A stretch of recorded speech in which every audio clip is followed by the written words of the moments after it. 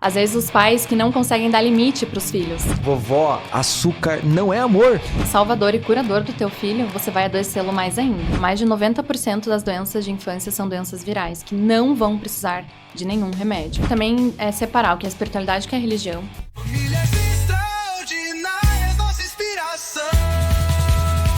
Olá pessoal, estamos mais uma vez aqui com o podcast Famílias Extraordinárias, porque o sucesso de verdade começa onde mora o nosso coração. E onde mora o nosso coração?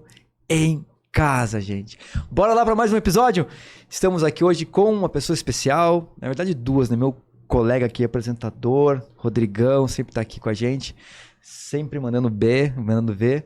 E também a Liz, que ele vai apresentar pra gente já. Eu sou o Tom Coller, palestrante, escritor, influenciador digital, o que mais que eu faço? Faço um monte de coisa, gente, mas principalmente eu adoro falar sobre masculinidade, cuidado com criança, famílias e estar dividindo esses conteúdos com vocês. Bora lá, Rodrigão! Olá, beleza, gente? Eu sou o Rodrigo, pai do Alex, marido da Camila, sócio no Mercado Binário e na Eleva Web. E hoje a gente trouxe aqui especialmente para você, ela, que mostra para os seus pacientes e também divulga muito conteúdo nas redes sociais a importância de olhar para a criança com profundidade, além dos sintomas. Pediatra Liz. Muito obrigada por me chamarem, estou muito feliz de estar aqui falando o que eu mais gosto de falar. Legal. Sinta-se em casa, que a gente vai ser uma conversa para... Obrigada mesmo. Então, a gente fala muito sobre famílias aqui, né? Se você acompanha nosso podcast, mas a gente tá aqui sempre falando sobre famílias, sobre como elevar o nível de consciência famílias, dos homens, também das mulheres, né? Porque não são só os homens, mas as mulheres também precisam levar a consciência muitas vezes. E principalmente sobre como cuidar dos nossos filhos e criar uma geração mais feliz e harmoniosa, né? Construindo uma sociedade mais bacana. Eu costumo dizer que a gente não cria filhos, a gente constrói uma sociedade. Está aqui no meu livro. Opa! Caiu no meio do podcast uma xícara. Está aqui no meu livro. Uma xícara, perdão. Uma taça. Como ser uma família extraordinária, eu falo muito sobre isso. E aí, gente, voltando aqui, porque eu derrubei um copo de água quase em cima do livro, molhei a mesa toda e faz parte, né? A gente vai ter acidentes, né? Essa é a vida real, né, Liz? Sim, exatamente. E assim, vou deixar aqui uma primeira pergunta para Liz. Liz, tem alguns conceitos muito legais do seu trabalho, e um deles que eu gostei bastante, porque conversa muito com o que a gente fala aqui e com o nosso trabalho também, Rodrigo. A infância é um chão que a gente pisa a vida inteira. Como é que isso colheu? O que isso tem a ver com o seu trabalho? Explica um pouquinho para nós, porque você chegou nesse conceito. Eu preciso primeiro falar de quem é essa frase, que eu acho muito importante. Essa frase é da Ariane Oshiro. E eu escutei essa frase com a pediatra Denise Leles, que eu também honro muito a existência dela, porque eu acho que muitas coisas eu aprendi com ela também. E quando eu escutei essa frase, eu falei, nossa, como isso é real. A infância ela é extremamente ampla, né? E principalmente do que vocês já falaram, na questão do corpo, mente e espírito, tudo que a gente nutre em termos de corpo, mente e espírito na infância vai se perpetuar o resto da vida. Tanto que hoje, né, nós somos adultos que às vezes estamos tendo que moldar alterações que tivemos lá atrás em relação a corpo, mente e espírito para que a gente possa viver melhor. Então eu vejo muito isso, assim, né? A infância é algo que não tem outro chão que a gente vai pisar a vida inteira, a não ser o chão da infância. Seja ele bom, seja ele ruim, seja ele intermediário. E às vezes ele é bom para uma coisa, ruim para outra, mas a gente continua a caminhar nele o resto da vida. Então, por isso que hoje eu gosto tanto de tratar a criança e alicerçar as famílias para poderem fazer seus filhos caminharem num chão melhor, né? O Bruce Lipton, né? Você conhece? E mais um monte de autores, né? Falam muito que 95% do que a gente é construído na infância. Exatamente. Então, a gente está sempre visitando a infância. Sim. O tempo todo. Eu acho legal porque também a infância, ela fala das famílias, né? E até cunhei um conceito essa semana, que eu tô meio que preparando ele, organizando melhor ele, mas acho que eu posso dividir aqui com vocês. Mas a vida se resume, às vezes, nas paternidades e nas maternidades. Por que que eu penso assim? Porque é tudo sobre como você, na família que você viveu e na família que você está criando. E se 95% de nós é criado na infância, o que nós estamos criando para as novas gerações, né? Exatamente. E quando a gente olha para os pais que não fazem reflexões acerca desse tema, de como foram criados e de como viveram a infância, a chance da gente criar crianças com mais lesões a nível de corpo, mente e espírito é infinitamente maior. Então, a gente tem que olhar para a nossa infância, porque acaba que quando a gente vai pensar em criação de crianças, a gente tem um campo enorme para projetar. Então, eu olho para o meu filho, que às vezes não precisa de uma coisa, mas a minha infância, a minha criança precisava. Então, eu tendo a dar para ele algo que ele nem precisa, mas que a minha criança precisava e não teve. E aí a gente acaba gerando muito caos dentro da família. Então, eu sempre trago essa visão. Como foi a tua infância? Vou dar um exemplo bem clássico. Às vezes, os pais que não conseguem dar limite para os filhos. E você vai olhar lá na infância, eram pais que apanhavam muito. Então, eles têm medo hoje de qualquer limite ser extremamente agressivo, por exemplo. Então, a gente fica vendo esse jogo da infância de quem cria e da própria infância dos filhos, né? O tempo inteiro esse espelhamento. Eu gosto de puxar pro lado positivo também, que eu vejo isso. Com certeza. No meu exemplo, né? Meu filho, eu tinha uma dificuldade muito grande, uma dificuldade muito grande em falar inglês. E um professor meu de inglês lá numa das épocas falou assim, não, eu crio meus filhos e falo só inglês com ele, minha esposa fala português e eu falo só inglês. E o Alex, meu filho, né? Combinado com a minha esposa, que também fala inglês com ele, eu só falo inglês com ele. 95% do que eu falo com ele é inglês. E, claro, é uma dor que eu tive lá atrás, mas que é uma dor que eu acredito que seja positiva para ela. Sim. Porque é consciente. Eu acho que quando tem consciência, exatamente, aí você faz. Claro que vão ter coisas que eu vou fazer porque eu também passei por isso. Sim. E quando a gente faz isso com consciência, acho que é muito legal. Por mais... né, eu apanhei na minha infância. Não quero que ele apanhe. Nunca vou bater nele. Espero nunca bater nele, né? Essa visão. Mas eu queria entender um pouco mais essa ideia do corpo, mente e espírito. Você fala dessa cuidar da criança de uma forma integral. Onde que os pais costumam focar demais? E onde eles costumam esquecer de olhar nessa tua visão? A gente percebe hoje, inclusive por conta dessa sociedade extremamente imediatista, né? A gente tem tudo muito rápido, rede social, a gente consegue coisas muito rápido, a gente pede para entregar coisas na nossa casa que é muito rápido. Então, a gente também percebe essa necessidade da rapidez para curar coisas que normalmente são muito profundas. Então, uma criança que tem alteração do sono, uma criança que tem uma dificuldade para dormir sozinha, uma criança que tem uma alergia que nunca melhora. Enfim, coisas que você busca no corpo físico e não se encontra uma causa. E aí o que a gente escuta é uma fase, é assim mesmo, isso vai passar, não tem cura. E aí a gente vê esse pecado muitas vezes, dessa crença falsa de que as coisas só estão no corpo. Porque se você olhar bem, a gente pega aquela criança, por exemplo, que dizem que não dorme, mas o dia que ela passa o dia inteiro com os pais, num lugar, brincando, recebendo atenção, ela dorme a noite inteira. Então, será que é mesmo um problema de sono? Não todas as crianças acontece isso, claro, mas a gente consegue fazer esse tipo de paralelo. Então, hoje, a minha pediatria, a minha medicina, ela acaba indo muito para esse lado. A gente não consegue isolar só o corpo. Porque se eu isolar só o corpo, eu não abarco coisas que são muito importantes, que é como essa família pensa, como essa família lida com os conflitos. E quando a gente fala de espírito, eu não tô falando de religião. Tô falando de toda a parte emocional da criança que se relaciona com a doença dela ou com a ausência de doença dela. Então, a gente tem que parar de ver as crianças como mini adultos, porque eles estão em formação, acho que isso é muito clássico. Mas essa formação também inclui que a gente tenha pontuações a todos os níveis, a todas as esferas, né? E aí a gente vê, por exemplo, essa busca, eu acho que esse é o grande pecado, de só tratar o corpo e não entender que as emoções e que a espiritualidade interfere completamente no bem-estar e na saúde das crianças. Isso vale muito também pela complexidade dos diagnósticos, né? Porque hoje o diagnóstico é muito prático e às vezes até meio direto demais. Por exemplo, identifica-se que tem alguma pequena doença, pequeno disfunção biológica na criança, por exemplo. Vai no tratado de medicina, encontra a classificação ali, ponto, entrega o remédio. Exato. Para casa, tchau, benção, foi. Quando a gente pode muito bem entender... Numa consulta de 5 minutos. Uma consulta de 5 minutos. Quando a gente pode muito bem entender qual é a causa, o que está levando aquela criança a desenvolver essa deficiência ou doença, alguma coisa assim, dentro da sua parte biológica.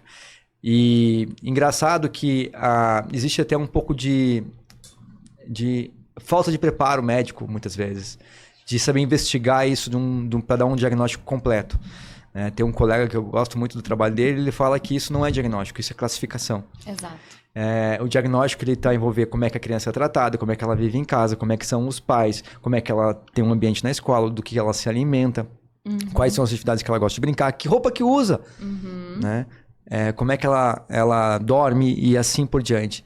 Porque entregar um medicamento e próximo paciente, às vezes, para um médico que tem 34 lá dentro do SUS para atender por dia, realmente é complicado. E é o melhor que ele consegue fazer naquele cenário, né? Naquele cenário. Então, primeiro também tem que acolher esses médicos. Sim. Mas dentro de outros cenários, onde o médico tem uma agenda um pouco mais flexível e pode atender melhor esses pacientes, por que ainda está praticando dessa forma? A gente vê que a medicina, quando ela surgiu, a medicina tradicional, ela vem muito em desencontro a medicinas milenares, que foram as medicinas que de fato abarcavam corpo, mente e espírito. Quando a gente fala de medicina chinesa, medicina ayurvédica... Mental total. Mental total.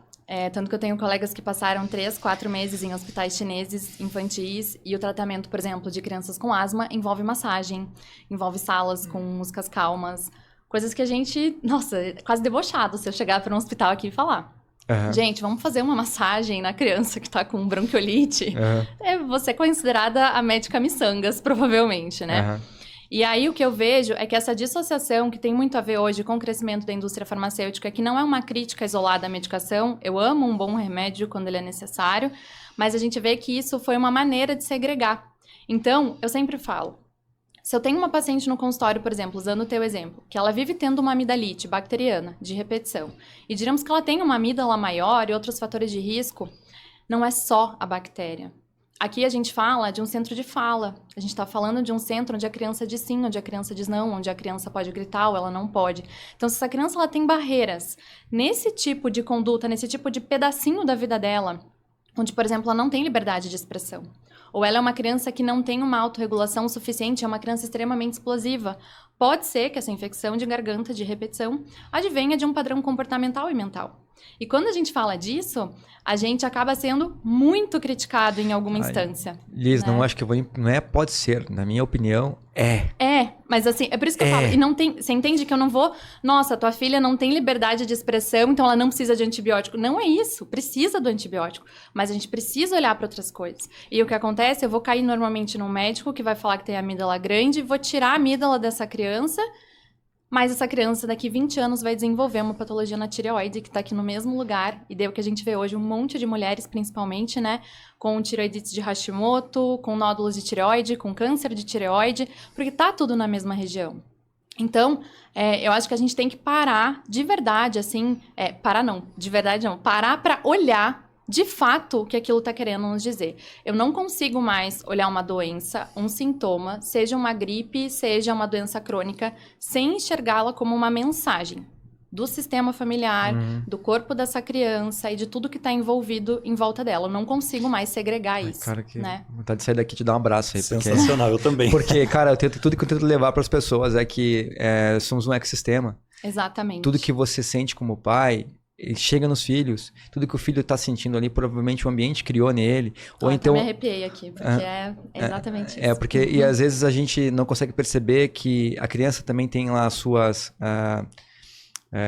questões não atendidas, as suas necessidades não atendidas, e isso gera nela algum tipo de bloqueio. Não existe birra, existe sim alguém tentando se comunicar de uma maneira que não sabe através da fala. Exatamente. Por exemplo, né? E as doenças também são consequências, né? É tão legal... Hoje em dia, eu ter essa consciência e ver meus filhos não tomarem nenhum quase remédio esse ano. Exatamente. Nenhum. O Pedro não tomou nenhum medicamento esse ano. Sim. A não ser quando tava na avó, que deu, brincou demais, tô um pouquinho de cabeça. Tô aqui um melhoral. Caraca, não precisa de medicamento. Não precisa. Dá um chá e põe pra dormir um pouco, né? Que já vai melhorar. Ou então, no último final de semana, a Mariana tava brincando de patins e caiu no chão, ralou, chegou lá em cima com o joelho machucado, assim, não, pra onde a gente tava. E aí era uma festa, tipo, todas as senhoras assim, nossa, vamos passar nebacetim? Vamos colocar um band-aid? Vamos lavar? Cara, só deixa eu estancar aqui, lavar um pouquinho, tá tudo certo, água e sabão resolve, é só ralar ali na pele. Já quer botar uma pomada, já quer botar um band-aid? Cara, a melhor maneira de cicatrizar é deixar no ar livre. Né? Não sei se eu posso falar isso, mas às vezes a melhor maneira de cicatrizar é o cachorro lambendo, né? Também. Eu falo, gente, vai deixar essa criança viver, pelo amor de Deus. Deve ser criança, né, poxa. Exatamente. Vou entrar no tema da família como cura. O que uma família pode mudar hoje, assim, sem depender de remédio, de médico ou dinheiro, que já vai transformar a saúde da filha? Não estou dizendo que ele não deve ir no médico e não tomar remédio, mas sem ficar dependendo, que acho que esse é o grande problema, né? Sim. Eu acho que para a família mudar, a gente precisa que pais e mães se conscientizem da importância do autoconhecimento deles. Senão a gente fica muito leviano nessa questão de tipo, vão pro parque com o filho de vocês no sábado. Não é sobre isso. Não é sobre isso. Famílias inconscientes vão com os filhos pro parque no sábado e seus filhos continuam adoecidos, com problema na escola, com problemas comportamentais. Pais regulados verdadeiramente, em essência, terão famílias reguladas. Eu vejo isso porque eu transformo isso no consultório sempre e chegam famílias extremamente reguladas para mim e a gente vê essa regulação. Agora, acho que a primeira coisa que a gente pode pensar, levando em conta daí a família que, né, tem 2 cuidadores, um pai e uma mãe, 2 mães, 2 pais, enfim, é que eles conversem e alinhem as coisas e as expectativas frente à criança e um frente ao outro, né? Porque eu posso casar com uma pessoa e eu ter uma expectativa sobre ela como pai ou como mãe. E aí, como essa pessoa vai se comportar na prática, é onde a gente vê o maior conflito das famílias. Então, a gente vê esse sonho da maternidade, esse sonho da paternidade, só que a criança não dorme. A criança é uma criança, a criança chora. Quando você está preparado para ir para um grande evento, seu filho tem diarreia e faz febre. Quando você está num evento super legal, seu filho não quer ir. Eu estava esses dias até num restaurante, foi muito engraçado, que os pais terminaram de almoçar, e falaram assim, filha, agora vamos que a gente tem aniversário da fulana, a gente tava ali no Parque Barigui. E aí ela falou, mas eu não quero, eu quero brincar nesse parque. E os pais super felizes que tinham se organizado para levar no aniversário. Então, essas dinâmicas de frustração que os adultos vão passar é que normalmente destroem as famílias, porque é a frustração do dia a dia. Você espera que, sei lá, teu marido acorde e tome café com as crianças, mas teu marido tem um trabalho que faz ele sair de casa mais cedo, ele nunca toma café com as crianças. Ou você espera que a sua mulher sei lá, faça uma janta todos os dias. E ela não vai conseguir, porque a sua mulher também trabalha. E aí sua casa tá bagunçada, e você chega em casa e tem brinquedo pra todo lado. Essas são dinâmicas extremamente simples, mas que se tem um alinhamento, elas de verdade curam famílias, assim. Eu acho que a cura das famílias não tá no complexo, no hiper profundo. Ela tá bem no dia a dia. Muito mais no superficial do que no hiper profundo. E essa coisa também da rotina, né? Putz, você falou uma coisa muito legal. Eu falei putz aqui, gente, mas tudo bem. E eu coloco uma dinâmica de rotina aqui no livro muito massa sobre isso, sabe? Porque para todo mundo se organizar. Inclusive as crianças serem parte dessa rotina. Exatamente. Porque não adianta você... Porque assim, gente, vai acontecer de você ter um dia estressante no trabalho. Uhum. E se você chegar em casa explodindo, espumando, se você tiver um ambiente regulado, aquilo vai se dissolver. Exatamente. Você vai encontrar paz no teu lar. Exatamente. Você vai ter o prazer de ir para casa para esquecer aquele momento do dia. Agora, se seu lar não te traz aquilo que você encontra de paz, de tranquilidade, ir para casa vai somar isso, multiplicar isso, vai espalhar isso para as pessoas, para a esposa, para as crianças, e isso vai ficar mais complexo ainda. Vai muito além, às vezes, uma frustração, eu acho, Thalys, do que só não conseguir tomar café da manhã, ou de não estar na hora do almoço, ou de ter um brinquedo presente em casa. Porque a casa vai estar bagunçada com criança. Casa feliz, geralmente com criança, é uma casa meio bagunçada, assim. Mas entender a complexidade disso, do que é ser família, que vem muito antes dessa frustração. A gente se frustra porque a gente tem uma expectativa sobre algo que não foi cumprida por alguém e aquilo te leva ali a alguma coisa indesejada, algum sentimento indesejado. E aí, mas se você tem entendimento do que é ser família, o que ser realmente é isso, você começa meio que, cara, baixa as barreiras. Vamos dar um tempo aqui, vamos entender. É uma criança que vai deixar o brinquedo jogado. Sim. É uma mulher que também está estressada, que ela está com cheio de coisa para fazer, no meu caso. Ou é o marido que chegou a ter um trabalho de venda, super pressão, meta e não sei o quê, que vai estar meio naquele ambiente, vai trazer um pouco para casa. E é impossível entender, por isso que eu falo às vezes da empatia. Porque a empatia não é só aquela coisa de vestir o sapato do outro.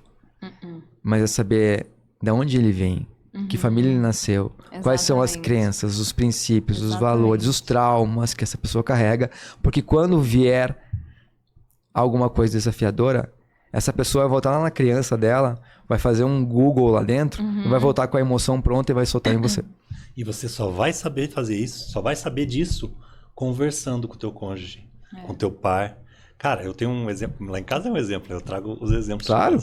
E a gente conversa muito, eu e a Camila, minha esposa, a gente conversa muito, tem, né, muita conversa, e isso ajuda muito a gente a entender os porquês. E mesmo assim, tem briga, tem discussão, a casa tá suja, ela quer de um jeito, mas quanto menos, eu sempre falo pra ela, é um exagero, eu sei que é um exagero, mas não crie expectativas. Quanto menos expectativa você criar sobre a casa tem que estar limpa sempre, menos você vai se frustrar. A gente tem que se preocupar, claro que sim, a casa, a criança, tudo tem preocupação. Mas eu acho que o grande problema das brigas que aconteciam lá eram essa da expectativa.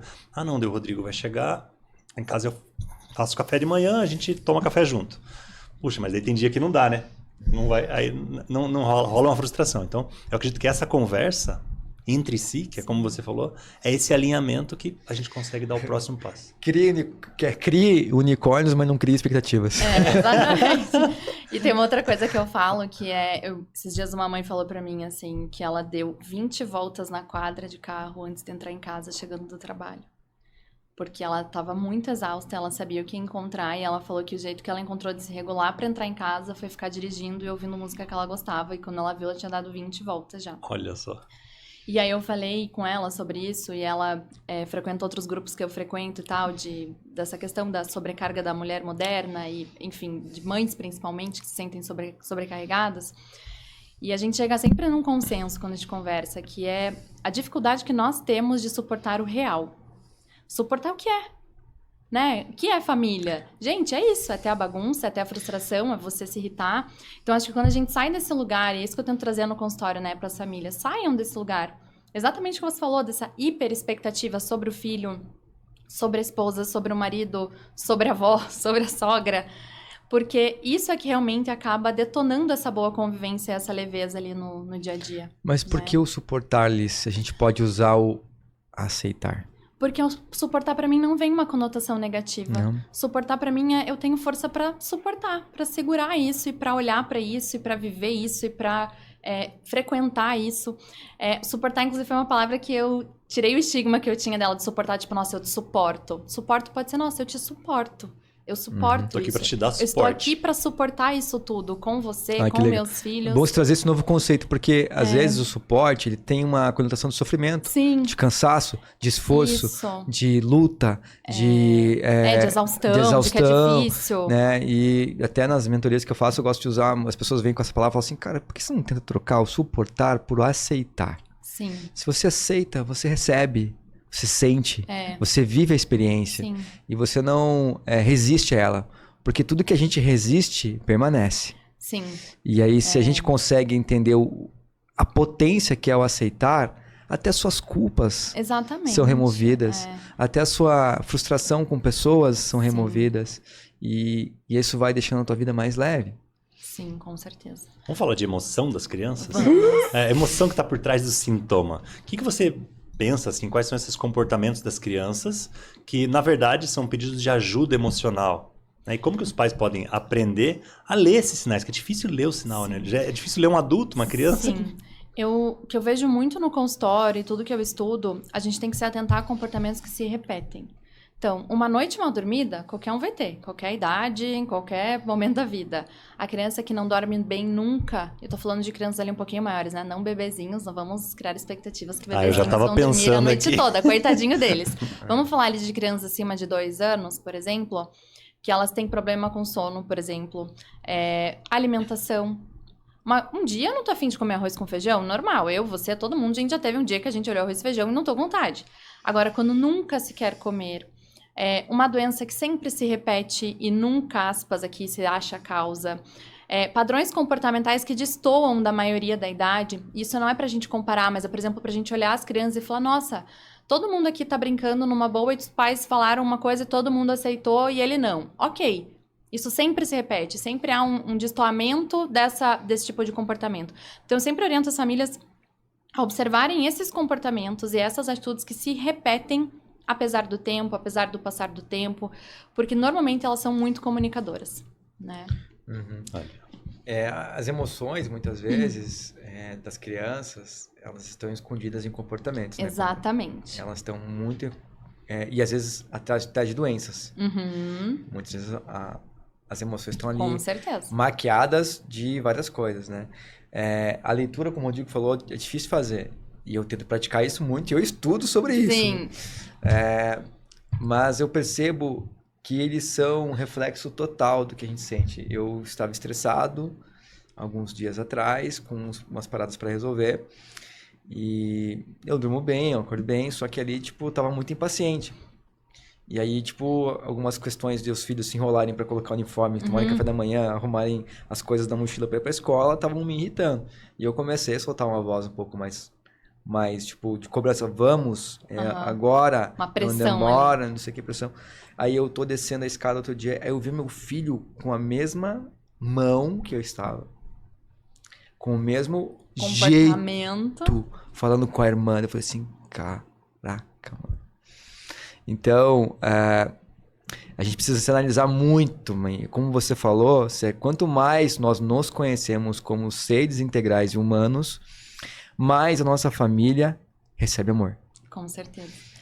Eu lembrei de um caso semana passada no consultório. Chegou uma menininha, online até, chegou uma menininha que a mãe falou que ela não falava, mas que se comunicava muito bem. Então, assim, apontava as coisas, respondia, interação super boa, brincava com outras crianças, mas não queria falar. E aí, conversa vai, conversa vem. Essa mãe num relacionamento muito desafiador com o marido, onde ela se cala muito. Meu marido é extremamente grosseiro, eu tento ficar quieto o tempo inteiro quando eu tô com ele. E essa menina, com esse espelhamento, né? Então, eu falo, ali não era uma questão de atraso de fala da criança, propriamente. Claro que a gente vai investigar, pedir os exames necessários, encaminhamentos necessários, a gente não deixa de abarcar isso. Mas tem essa comunicação do sistema por trás, onde essa mãe tá calada e, portanto, essa criança também se cala. Né?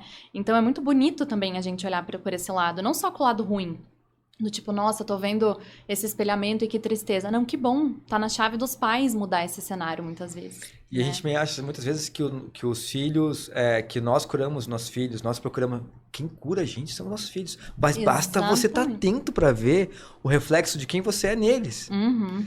Sabe? Até porque se você coloca como salvador e curador do teu filho, você vai adoecê-lo mais ainda. Uhum. Que pai e mãe não tem que salvar o filho, não tem que curar o filho, tem que ser um condutor, né, de um bom caminho. Se você coloca aquela busca incessante a qualquer custo de meu filho não pode viver isso, você gera um sufocamento dentro do sistema, né, essa criança adoece mais. Eu vou fazer uma triangulação aqui agora, né? Eu vou perguntar pro Rodrigo e depois passo para você.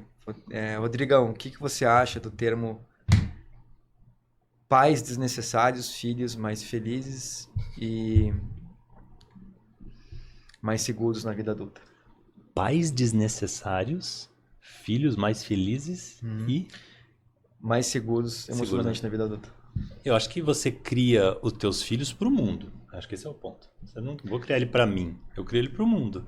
E meu papel como pai é fazer ele trilhar, né, o caminho dele, não é trazer ele aqui para mim e fazer ele ser como eu sou, o que eu não era. Acho que é isso. Eu olho para a criação que eu tive, pego o que eu tenho de exemplos bons para tentar instruí-lo e ao mesmo tempo que eu olho para os exemplos ruins e falo, talvez isso aqui eu não queira replicar. Não sei se é isso que eu queria. Você entendeu? Esse é o conceito, né? Quanto mais nós pais somos desnecessários para nossos filhos, mais é sinal de que nós estamos acertando. Sim, é pro mundo, não é pra mim. Eu concordo muito isso. Tanto que às vezes as mães que começam a se sentir... Eu falo mães porque acaba, infelizmente, sendo a maior quantidade de pessoas que estão no meu consultório. Mas quando eu vejo essa questão da maternidade ser muito vinculada à culpa, do meu Deus, eu quero voltar a trabalhar, eu não posso, eu quero viajar, eu não posso, eu sempre falo, bons pais vão se tornando desnecessários. Então, se teu filho consegue ficar um final de semana com os avós, você tá acertando muito bem. Se teu filho já consegue, às vezes, arrumar uma cama e você entra no quarto e ele fez alguma coisa que antes você fazia por ele, você também tá acertando. São esses sinais mesmos, né? E eu falo, se tornar desnecessário não é você perder um elo, não é você perder o vínculo, é você saber que teu porto seguro tá lá. Mas que você não precisa necessariamente dele mais, né? Já se aprendeu com ele, que ele tinha pra te ensinar, passou por ali, né? Você não precisa fazer tudo por ele também, né? Exatamente. O Alex tem 2 aninhos, né? 2 e 4 agora, mas... a gente consegue fazer ele dobrar a roupinha dele. Bonitinho. Ele já pega o tênisinho dele, leva lá, tirou o tênisinho no parque, ele... deixa lá junto com a tua água. Ele vai lá, deixa com a água e volta. Então eu não preciso fazer tudo por ele. Ele tá conseguindo colocar a botinha agora, né? Beleza, então a meia ainda não consegue, mas vai deixando, acho que essa liberdade faz parte, né? É o espelho, a criança é o espelho do que a gente faz, a gente vai tentando replicar isso para ele. Eu queria entrar nessa parte um pouco você falou de alimentação, queria voltar lá, você falou do feijão com arroz, e tem uma revolução silenciosa da alimentação, né? O que você acredita que é o mínimo necessário para ter uma lancheira verdadeiramente saudável? E quais são esses venenos silenciosos que ainda passam despercebidos? A gente tem que pensar aquele clichê, eu gosto de clichês, né? Abrir menos pacotes e descascar mais, né? Mas uma lancheira saudável hoje, a gente pode pensar numa porção de frutas, num iogurte natural, 2 ingredientes, por exemplo, água e uma fonte de carboidrato boa, além da fruta, por exemplo, um pão de fermentação natural, ou um pão, uma batata doce, algum carboidrato mais complexo. Infelizmente, as lancheiras hoje são, assim, assustadoras do ponto de vista nutricional, e eu que gosto muito de estudar intestino, e cada vez mais neurociência e emoção se relacionando com o intestino, então a gente tem tudo a ver o que a gente está falando. Então, assim, é muito diferente o comportamento de uma criança que come comida natural o dia inteiro e uma criança que come ultraprocessados, né? Então, a bisnaguinha, a Nutella e outras coisas, eu falo, a gente nasce também para comer isso, né? A gente não precisa ser hipócrita. Quem que não gosta de uma besteirinha? Mas todos os dias, isso ser parte do hábito da criança é o que, de fato, tá estragando muitas vezes o comportamento, o sono, a imunidade e tudo mais. E a lancheira, muitas vezes, ela é vista, infelizmente, pelos pais como um brinde ao filho ir para a escola. Então, como eu não tô lá com ele durante o dia, eu mando um presentinho. E aí eu mando bolinhos de pacote, eu mando refrigerante, eu mando salgadinho. E, não, gente, lancheira é hábito de vida. A gente tá construindo um hábito, né? Então... A avó pode, né? Desculpa aqui te cortar. Eu quero até fazer uma pergunta, falar uma parada sobre isso daqui a pouco, que olha, as avós quando fazem as lancheiras, eu vou dizer assim, vovó, açúcar não é amor. Exatamente. Por favor, vovó, açúcar não é amor. Sim. Amor é outra coisa. Açúcar é, sei lá, estragar a saúde. Açúcar tem que pensar que você tá dando uma droga. Açúcar pro teu neto. Exatamente. Mais ou menos isso. Mas assim, açúcar não é amor. Exatamente. Isso vai dar um corte, eu vou enviar pra minha sogra. Marli, vou mandar pra você esse corte aqui, especialmente pra você, meu querido. Gente, te amo, mas açúcar não. E eu acho engraçado porque agora eu vou falar bem da minha avó, da mãe da minha mãe. Ela fazia bolos com pouco açúcar, pouco achocolatado na época, e às vezes ela não colocava cobertura, e eu reclamava quando era criança, você não é uma avó de verdade, eu quero um brigadeiro aqui em cima dela, você vai me agradecer. E hoje eu olho e falo, cara, minha avó era uma avó muito fit, tipo, graças a Deus. Tudo bem que antigamente o acesso a açúcar era menor, né? Então se você comia um bolo com açúcar, você estava comendo aquele bolo com açúcar. Agora tudo que você come... Exatamente. Porque olha só, gente, o açúcar é um dos ingredientes da indústria mais baratos que existe. Teve até um colega aqui da Papapá que trouxe essa informação pra gente. Sim. Dentro da fabricação de um produto, quanto mais açúcar você põe, menor o custo que você tem naquele produto. E mais gostosinho fica. Entendeu? Hoje no almoço foi muito curioso, até fiz um paralelo, porque eu comi um bowl com um monte de salada e tal, cogumelo. Aí pedi um cappuccino com leite vegetal e veio um suspiro. Qual foi a única parte da comida que eu fiquei lembrando durante a tarde? O suspiro.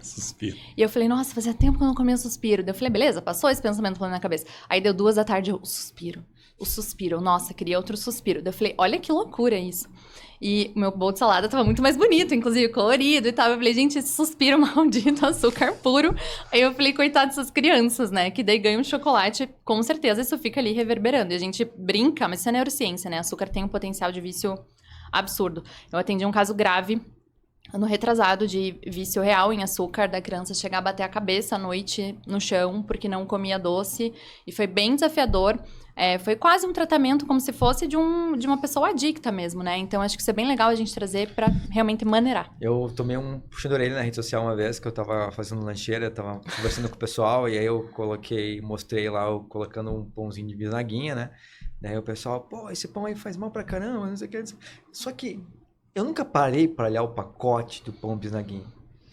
E aí eu fui lá, meu Deus do céu, aquilo nem pão presta. Primeiro ingrediente, açúcar, sei lá. Assustador, né? Então aí o primeiro ingrediente de açúcar, eu falei assim, cara, desconhecimento meu, mas praticidade do meu dia a dia. Uhum. Então primeiro eu fiquei, poxa, mas isso aqui é muito prático pra mim, por que eu vou tirar? Eu comi tanto, se come tanta porcaria. Quando eu era criança eu tomava suco naquela arminha de revólver de plástico. Ah, eu lembro disso.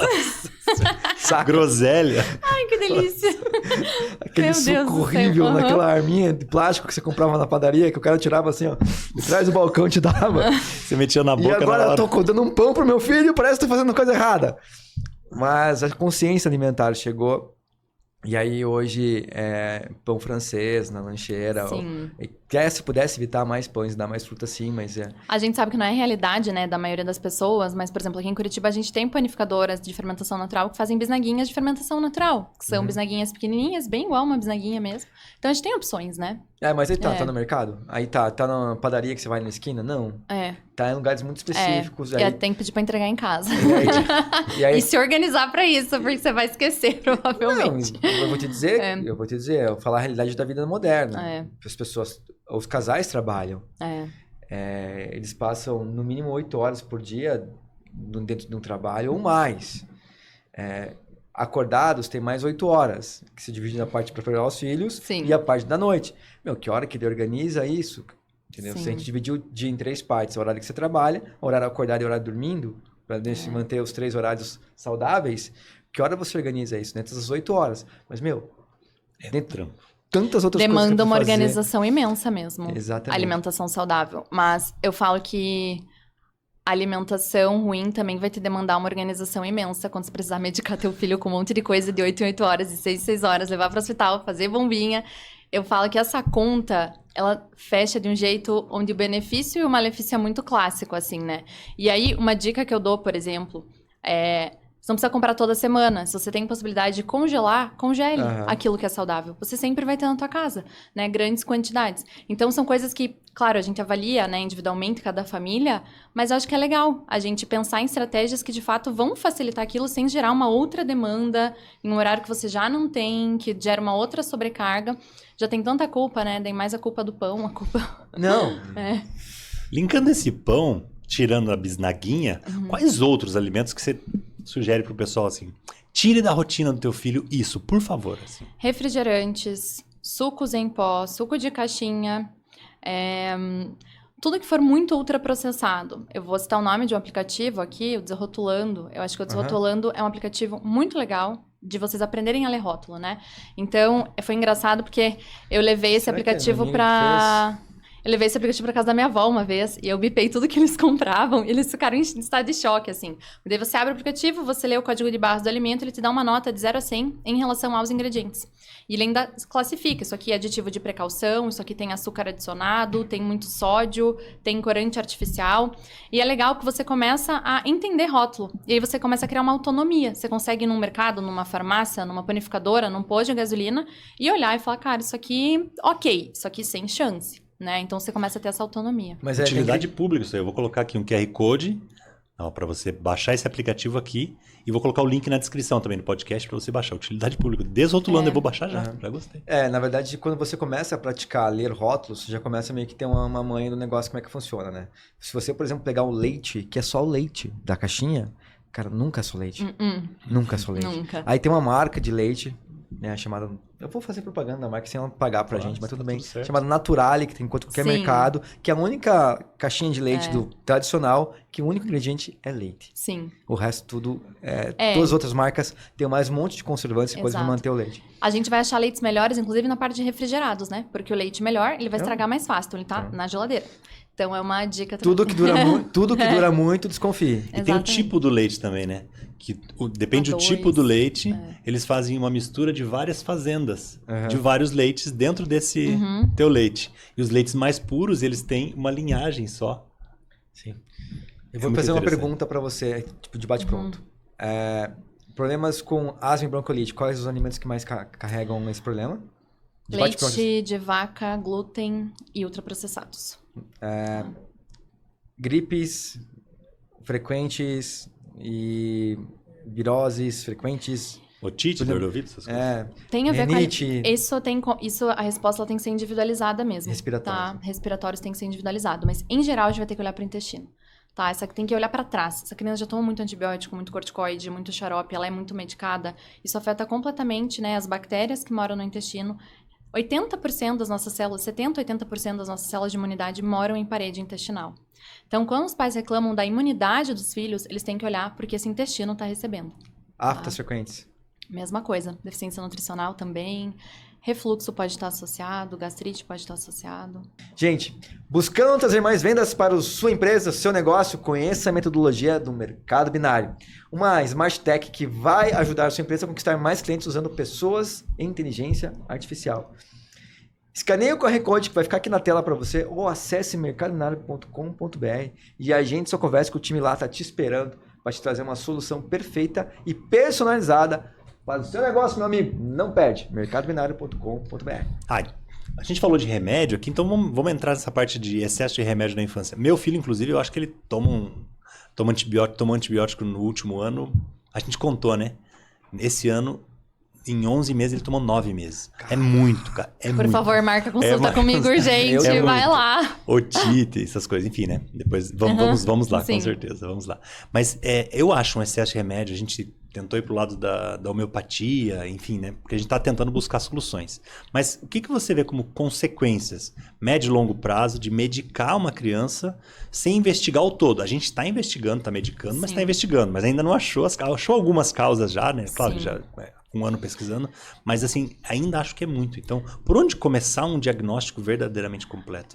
Primeira coisa, quando a gente fala de doenças de repetição e remédios demais, a gente tem que lembrar de uma coisa. Mais de 90% das doenças de infância são doenças virais, que não vão precisar de nenhum remédio, vão precisar de suporte. Água, lavagem nasal, hidratação, repouso, paciência, colo e todas essas coisas que, infelizmente, hoje as famílias que trabalham vão ter dificuldade muitas vezes de fornecer. Como é que você para de trabalhar uma semana inteira, né?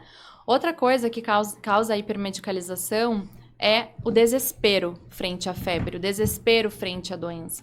Então, quando você tá numa situação que teu filho tá com febre, se você não teve orientações sobre o que é a febre, que ela vai prostrar teu filho, que teu filho vai ficar um pouco mais sonolento, que ele não vai querer comer, a tendência é buscas repetitivas ao médico.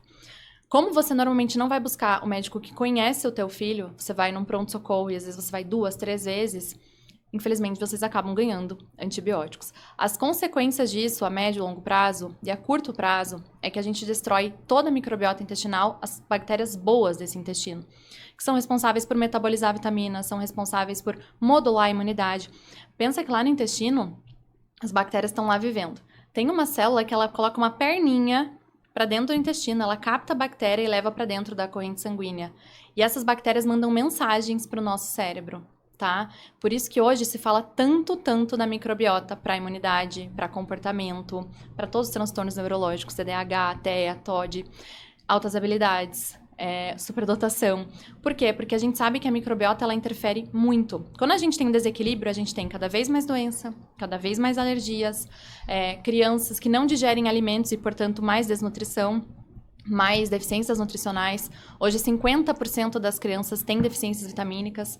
Então, a gente tem que olhar para isso com muito mais critério do que a gente olha. Porque a maioria vai falar, não, primeiro ano de escola, é normal ficar doente todo mês. E eu concordo, mas não é normal tomar tanto remédio todo mês. E é aí que a gente tem que intervir. Também eu acho que assim, né, Liz? Dependendo da idade da criança, se essa doença de repetição está acontecendo ali a partir dos 3 anos, que já é a idade de passou pela imunidade da escola, passou pela fase das emoções muito fortes, que é o Terrible 2, tá ali com 3 anos e tá com quadro de repetição, eu acho que vale muito olhar para os pais.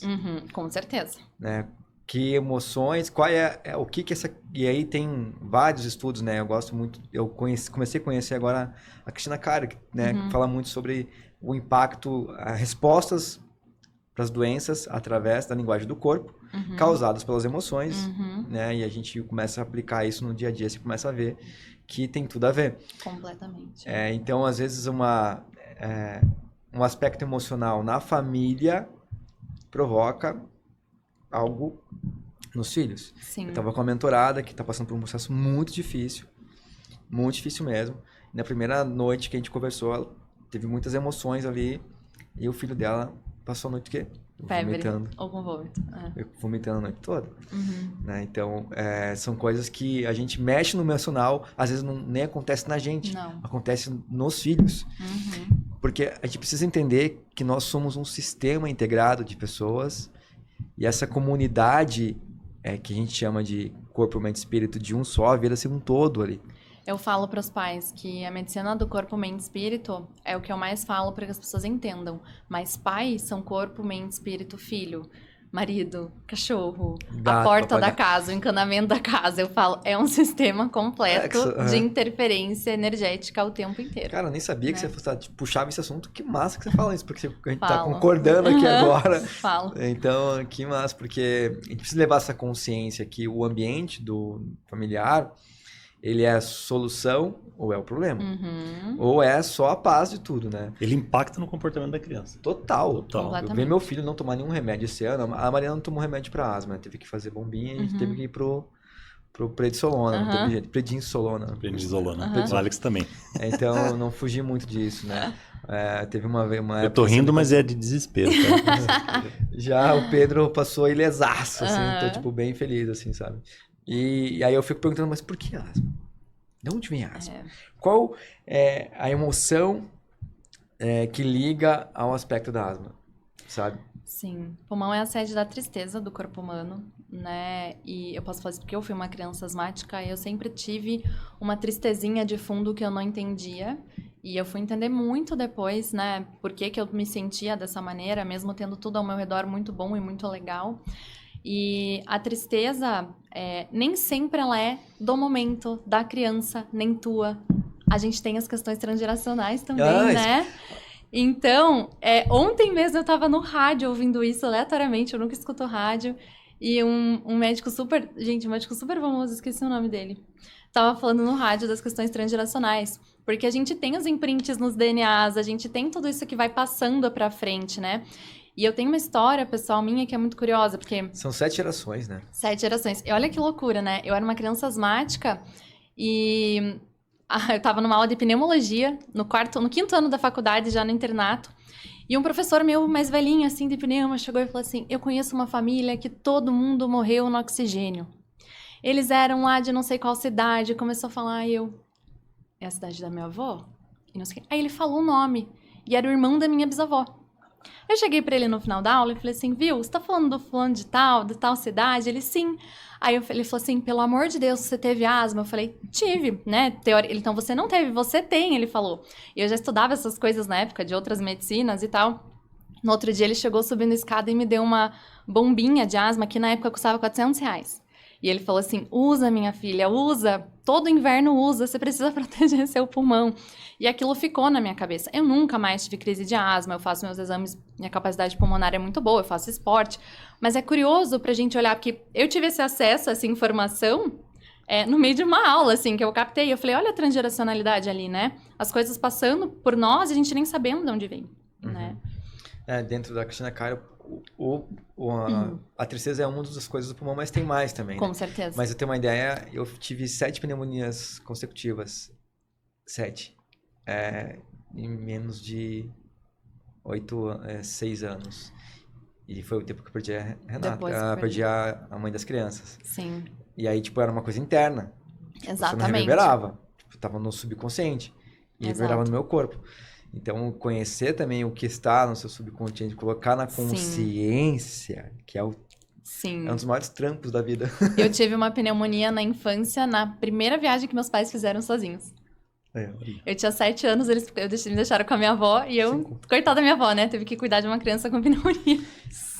Sim. Se você... Bom, a gente entrou aqui nesse assunto, eu queria falar um pouquinho de espiritualidade, só para a gente entrar um pouco nesse assunto também. Nesse processo de cura, o que você acredita que a espiritualidade ajuda no processo de cura? Eu acho que é importante a gente também separar o que é espiritualidade e o que é religião, né? Religião, se você acredita, tudo bem, mas nós somos seres espirituais, acreditando ou não numa religião. E quando eu falo de espiritualidade, eu falo no quanto você se relaciona bem com a vida, quanto você tem fé na vida. E um ambiente seguro para uma criança, ele é pautado numa espiritualidade. O que eu falo sobre espiritualidade? Às vezes chegam pais ateus no consultório, eu falo assim, vocês não precisam acreditar em Deus, mas por que antes de dormir vocês não lembram o filho de vocês? Tudo de bom que eles viveram no dia. Porque isso gera uma atmosfera de segurança e segurança na vida. Então, a cura, eu acredito que ela vem desse bem-estar no local onde você, nas relações que você frequenta, na tua casa, na escola, com amigos, os pais, com o trabalho e tudo mais. Então, quando a gente fala de espiritualidade, a gente fala disso, desse bem-estar seu perante a vida que você tem, no mundo que você vive, com os relacionamentos que você nutre, né? E a natureza? A natureza, eu falo, graças a Deus, esse ano, muitos artigos, né, da importância. Em janeiro desse ano, saiu um artigo maravilhoso, onde eles colocaram eletrodos, né, num cérebro de várias pessoas e mandaram andar na natureza e viram, né, esse cérebro ativando áreas de desintoxicação, né? Que são áreas responsáveis pelo detox. Então, quando a gente fica, vou fazer uma dieta detox, gente, vai para uma cabana, vai funcionar. Cara, só faz o grounding. Hoje Exato. tem até nome pra isso, né? Exato. Então, a natureza, ela é muito curativa, né? E quando a gente vai para outras medicinas, a gente fala muito da energia que tem ali na natureza, o prana e tudo mais. Então, isso é muito curativo mesmo. Então, a gente hoje tem como recomendação, dentro da pediatria culinar integrativa funcional, receitar para algumas famílias imersão em natureza. Uma semana numa cabana, no meio do mato, enfim. A gente tá meio que chegando aqui no final da nossa conversa, mas tem uma pergunta que eu aguardei. Uma pergunta não, é uma pergunta, mas ela tem um conceito, né? Uhum. O excesso de diagnósticos, beleza. Uhum. Todo mundo sabe que tá rolando um excesso de diagnósticos. Sim. E aí esse diagnóstico é uma classificação, nem é um diagnóstico completo. Uhum. Hoje todo mundo sabe diagnosticar que uma criança tem TDAH, por exemplo. E a gente está falando aqui agora de natureza. Uhum. Né? E aí a gente sabe que quando tem um diagnóstico, a primeira coisa que se faz é medicar. Uhum. Principalmente se for TDAH. Sim. E aí eu vou misturar vários conceitos aqui. Uhum. Primeiro deles, o chefe diz para o funcionário, para RH, né? Não, depois que o meu funcionário começou a se medicar, nossa, ele é outro funcionário. Ai, gente. Aí eu vou na escola, a escola assim, nossa, depois que essa criança começou a tomar remédio, ela é outra criança. Existe a praticidade do remédio para a vida das pessoas que usam para TDAH e mais um monte de coisa através desse diagnóstico muito simplista que se faz. E isso desbloqueia, e esse medicamento geralmente bloqueia a pineal. Uhum. Né? E bloqueando a pineal, acabou o acesso a perceber as paradas massa da natureza. A sensibilidade, a sutileza da vida, até as percepções das outras pessoas. Sim. As intenções. Então, aí, o que você acha desse excesso de diagnósticos que leva à medicação, que impede as pessoas a sentirem mais porque bloqueiam a pineal, versus essa praticidade da vida humana, que meu funcionário se tornou muito melhor, o meu aluno agora ele senta na sala de aula, e a mãe fala assim, depois que toma remédio é outra criança, pelo trabalho que dá de cuidar de pessoas que não é que tem déficit de atenção, na verdade ele tem déficit de cuidado. Exato. Porque ele não é alguém doente, ele é alguém com o cérebro funcionando de uma maneira diferente. É claro, gente, que tem casos que são muito graves e a medicação é super indicada. Mas em situações onde é possível controlar de outras formas não medicamentosas, a gente pode olhar para essas pessoas. Claro que tem crianças que são adultos que são mega hiperativos, que precisam de medicamento. Mas aqueles que têm um nível menor, como é que a gente pode fazer isso? Como é que a gente limpa esse conceito social que está crescendo tanto agora? Eu acho que é a questão da busca da informação.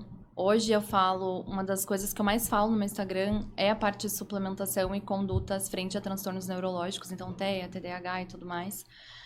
Eu posso dizer hoje que acho que 50% dos meus pacientes que me procuram hoje são por transtornos neurológicos, a maioria esmagadora, diagnosticados ou com suspeitas de TDAH.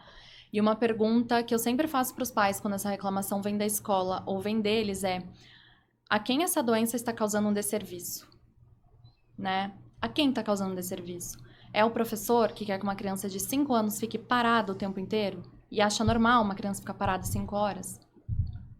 É a você que não tem tempo, às vezes, de ficar com seu filho e você precisa chegar em casa e agilizar uma rotina e o seu filho está pulando no sofá não porque ele tem um transtorno, mas porque ele precisa de você um pouco mais.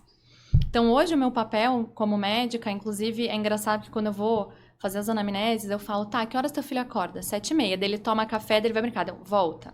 Ele acorda e faz o quê?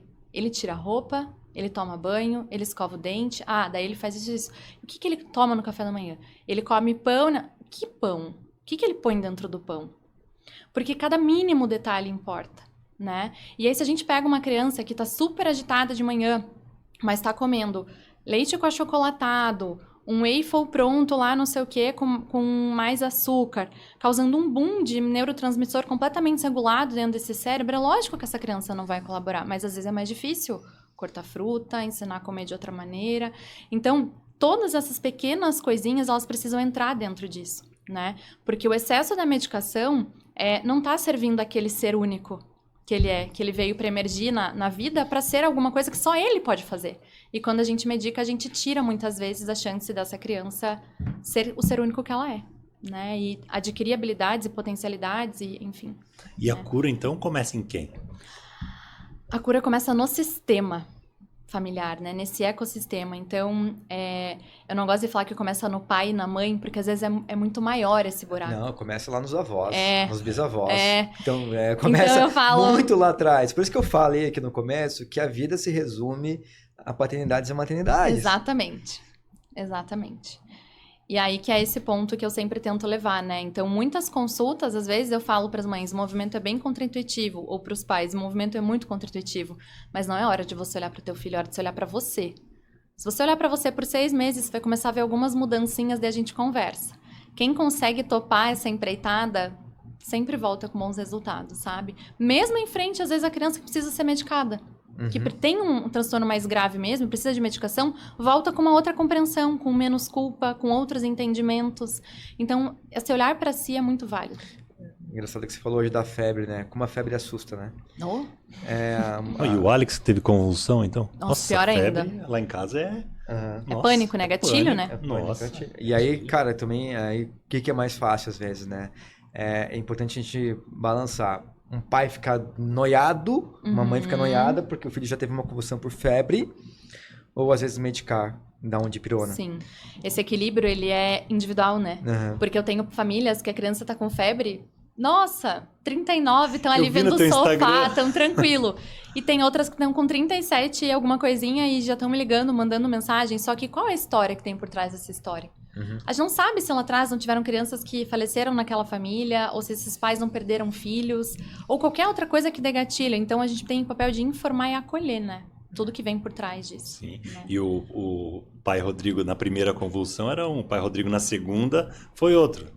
Exatamente. E o pai na terceira, que não aconteceu, mas que a gente medicou e eu não queria medicar, foi outro também. Então, mas existe também a realidade fase que você vai vivendo, vai aprendendo e fala, pô, peraí. Eu acho que a gente está vivendo uma fase de meio de revolução da consciência, assim, para muitas coisas, né? Porque hoje tem muita informação aí pra gente se informar.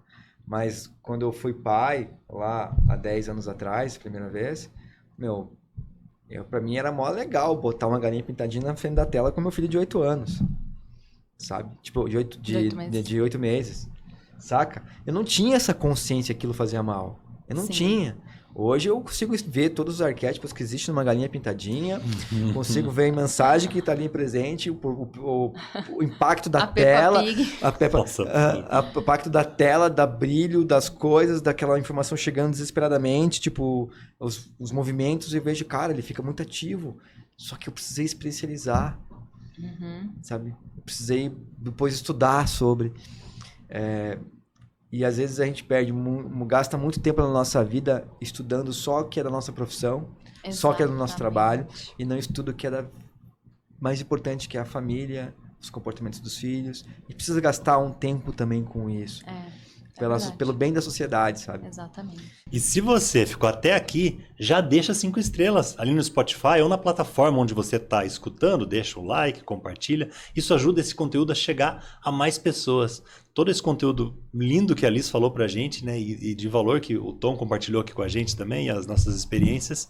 E eu quero aqui finalizar esse podcast de hoje com uma pergunta conectando ciência e afeto. Qual que é a mensagem que você gostaria de que toda família brasileira ouvisse sobre criar filhos saudáveis não só no corpo, mas na alma também? Eu acho que tem uma coisa que pode modificar muito as famílias sem precisar sair de casa, que é a presença. E a presença real é deixar o celular de lado e ficar ali. Então, eu falo, é difícil quando a gente vai dar uma mensagem para pessoas, milhares de pessoas que têm entendimentos diferentes sobre a vida, condições financeiras, criações diferentes, mas a presença, ela faz a gente realmente modificar o ambiente que a gente está, né? Então, acho que se vocês puderem, né, estar mais presentes de verdade, eu acho que isso vai mudar muita coisa. Acho não, tenho certeza. Tenho certeza. Também acredito nisso. Agora é o seu momento, Liz. Onde as pessoas podem te encontrar, seus contatos, redes sociais? Eu tenho Instagram, é o @pediatraliz com S no final. Podem entrar lá, me seguir, conversar comigo, super converso com todo mundo. Sou eu que respondo 100% das pessoas, pelo menos até então. Então, sou eu que estou conversando com vocês mesmo, eu adoro essa troca. E lá tem muito conteúdo que eu falo, é minha vida aquilo ali hoje, é baseado em muita evidência científica, muito investimento de estudo, e porque eu realmente quero mudar a vida das famílias. Não é só das crianças, é das famílias. É, por isso você tá aqui no Famílias Exatamente. Extraordinárias Podcast. Você tá aqui com a Exatamente. gente hoje, né? Eu quero agradecer porque, cara, eu não imaginei que a gente ia ter tanta conexão, né? Muito legal que todas as experiências que você falou, faz todo sentido porque a gente, claro, Sim. conversou antes, já sabia que ia ter essa temas. sincronia, mas foi muito legal. Obrigado por tanta sabedoria, tanta Eu que informação. agradeço a oportunidade, que eu acho que a gente tem que se unir para ter mais força de levar essa outra visão sobre a infância e sobre as famílias, porque a responsabilidade de criar um filho hoje, eu vejo que é uma responsabilidade social. Não é o que você vai fazer para dentro da tua casa, é o que você vai entregar para o mundo, né? E, enfim, acho que isso diz tudo. Pausa rápida aqui para você que está assistindo com a gente esse podcast. Já vou deixar o convite para você, além de seguir a gente no YouTube, no Spotify, também deixar 5 estrelas aqui para a gente continuar levando essa informação para muito mais pessoas. O conteúdo aqui está bombástico hoje e é importante você dar essa contribuição, não só para mim, mas para a sociedade. Não só para o nosso podcast, mas também para a sociedade, para a sua família, para todo mundo que precisa ouvir uma mensagem importante como essa de consciência. Beleza? Valeu! Valeu, gente. Até o próximo episódio de Famílias Extraordinárias.